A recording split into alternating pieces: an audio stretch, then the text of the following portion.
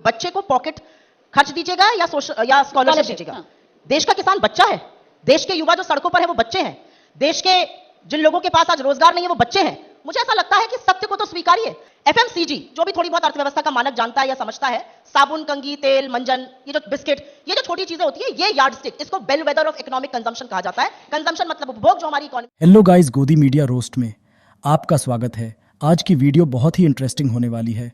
आप चैनल पे नए हो तो चैनल को सब्सक्राइब कर लीजिए। तो चलिए वीडियो को शुरू करते हैं। तो चलिए शुरू करते हैं। चलो भाई, देखो अब मैं क्या करता हूं। मोदी सरकार की तरफ से कहा जा रहा है कि ये भारत का बजट है, और दूसरी तरफ विपक्ष की तरफ से कहा जा रहा है ये विदाई का बजट है। किसकी विदाई का बजट, सुप्रिया जी? अभी मजा आएगा ना भिड़ो। आपके शो का नाम है गारंटी वाला बजट। ये मुझे पहले से ही पता था, गारंटी तो होगी, और गारंटी है जुमलों की गारंटी।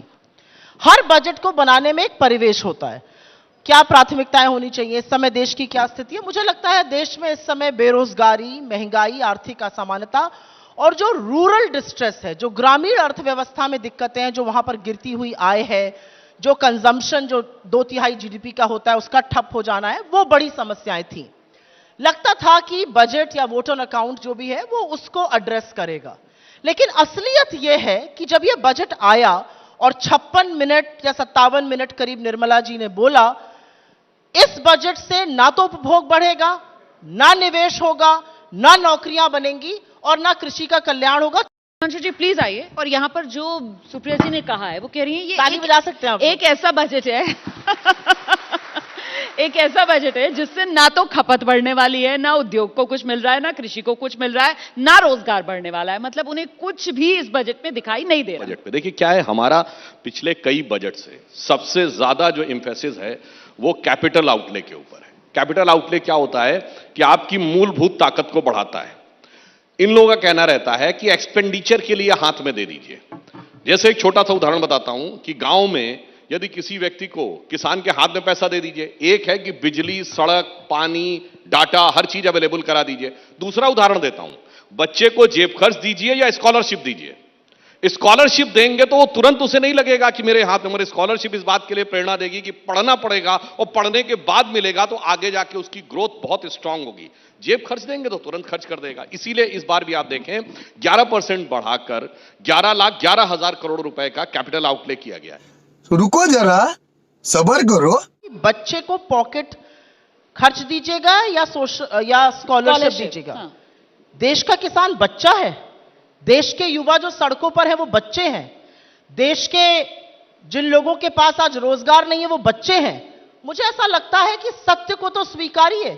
एफएमसीजी जो भी थोड़ी बहुत अर्थव्यवस्था का मानक जानता है या समझता है, साबुन, कंघी, तेल, मंजन, ये जो बिस्किट, ये जो छोटी चीजें होती है, ये यार्डस्टिक, इसको बेलवेदर ऑफ इकोनॉमिक कंजम्पशन कहा जाता है।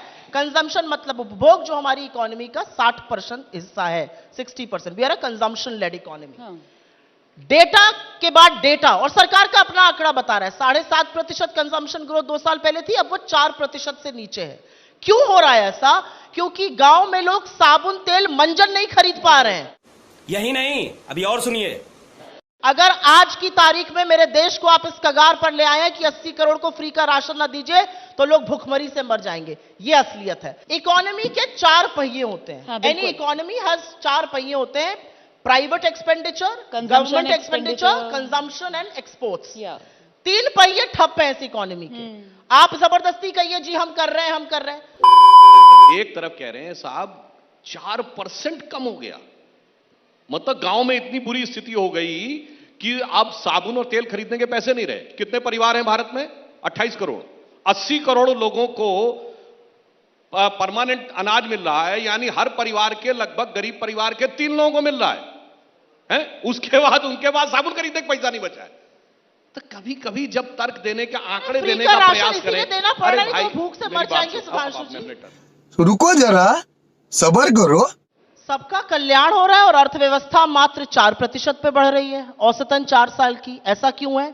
ऐसे ना करिए सुधांशु जी, अगर आंकड़े समझते तो मैं आपको बताती। आंकड़े ये हैं कि पिछले 4 साल में 3.8% ग्रोथ रेट है आपकी औसतन। ये आपकी सरकार के आंकड़े हैं, आरबीआई के आंकड़े हैं, government of India finance ministry के आंकड़े हैं, इधर उधर के आंकड़े लेकर नहीं आई हूं। एफडीआई जिसका खूब सीना ठोकते थे ये लोग, 3 साल से गिर रहा है और अभी 16 साल के सबसे निचले स्तर पर एफडीआई है। बात तो सही है। आंकड़ों पर ना चैलेंज नहीं करना चाहिए, क्योंकि 25 साल यही बजट का काम किया है। सुधांशु जी ने कहा आईएमएफ का आंकड़ा, अरे अपनी सरकार के आंकड़े को तो मानते हैं, भारत सरकार के आंकड़े को मानते हैं ना, हाँ या ना? अगर भारत सरकार 7% का है, भारत सरकार के आंकड़े का 4 आंकड़े बता दे रही हूं, मैथ्स कर लीजिएगा। 2022 में हमारी ग्रोथ रेट 7% थी, 2021 में 9% थी, 2020 में -6% थी और 2019 में 3.8% थी। एवरेज कितना हुआ पिछले 4 साल का? एवरेज हुआ अंडर 4%। 1 मिनट रुक जाइए, आपने एफडीआई पर मुझसे सवाल पूछा। अप्रैल टू नवंबर, 1 मिनट, मैं तो आपको आंकड़े के साथ बता रही हूँ, ये सरकार के आंकड़े, एनएसएसओ के आंकड़े, जिसके आधार पर बजट बनता है। ना आंकड़ों को किसी भी तरीके से देखा जा सकता है। अगर इसमें वो कोरोना काल वाला माइनस वाला निकाल दुनिया का इतिहास बताइए, जब सरकार कभी कह रही है कि पिछले 3 साल में लगातार 7% से ऊपर हम बने हुए हैं, वो 3 साल काउंट कर रही है, आप 4 साल काउंट कर रही रोमाना जी, हैं। मैं तो कह रही हूँ 5 साल काउंट कर लीजिए, ठीक है। फिर भी आप 5% से ऊपर नहीं पहुंच पा रहे। करवाली बेइज्जती।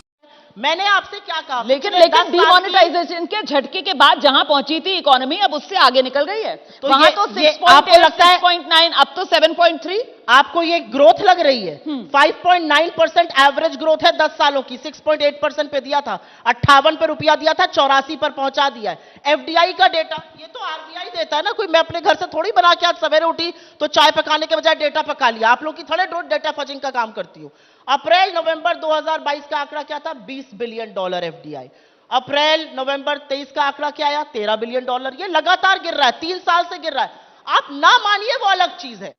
यही नहीं, अभी और सुनिए। अर्थव्यवस्था जो है, हाँ। उससे मेरे आप गरीबों के घर के चूल्हे चलते हैं। बजट में नंबर कितना देंगी आप, ये बताइए ना मुझे। क्या? इस बजट को आप कितना नंबर देंगी? 0। 0। हाँ। अब मुझे अब ये ये बताइए बच्चा कि बोलने ये दीजिए। सरकार जो है वो चुनावी साल में ऐसा रिस्क क्यों लेगी, जब इसको चुनकर आना है कि ये ऐसा बजट लाएगी जो आपको जनता की मैंने- नजर में 0 हो? ये सुधांशु जनता की जी- नजर में 0 है या विपक्ष की नजर में? सुधांशु जी एक बात का जवाब दे दें। कश्ती संभाल के आ रहे हैं, शिक्षा, स्वास्थ्य, सामाजिक कल्याण, कृषि का बजट क्यों काट रहे हैं? 4.5% as a percentage of GDP था एग्रीकल्चर का बजट, काटकर 2.5% पर क्यों ले आए हैं? 30 किसान रोज की आत्महत्या कर रहे हैं। यहां पर बैठकर जलेबी बनाना, लच्छेदार बातें करना, बढ़िया बढ़िया शायरी सुनाना एबीपी के लिए अच्छा है, आपकी टीआरपी के लिए अच्छा है। जब वित्त मंत्री निर्मला सीतारमण जी खड़े होकर सपाट झूठ बोल रही हैं कि 50% आय बढ़ गई है, भैया कहां बढ़ी है? किसकी? दोस्तों, अगर आपको हमारी वीडियो अच्छी लगी हो तो वीडियो को लाइक और चैनल को सब्सक्राइब जरूर करें। धन्यवाद दोस्तों।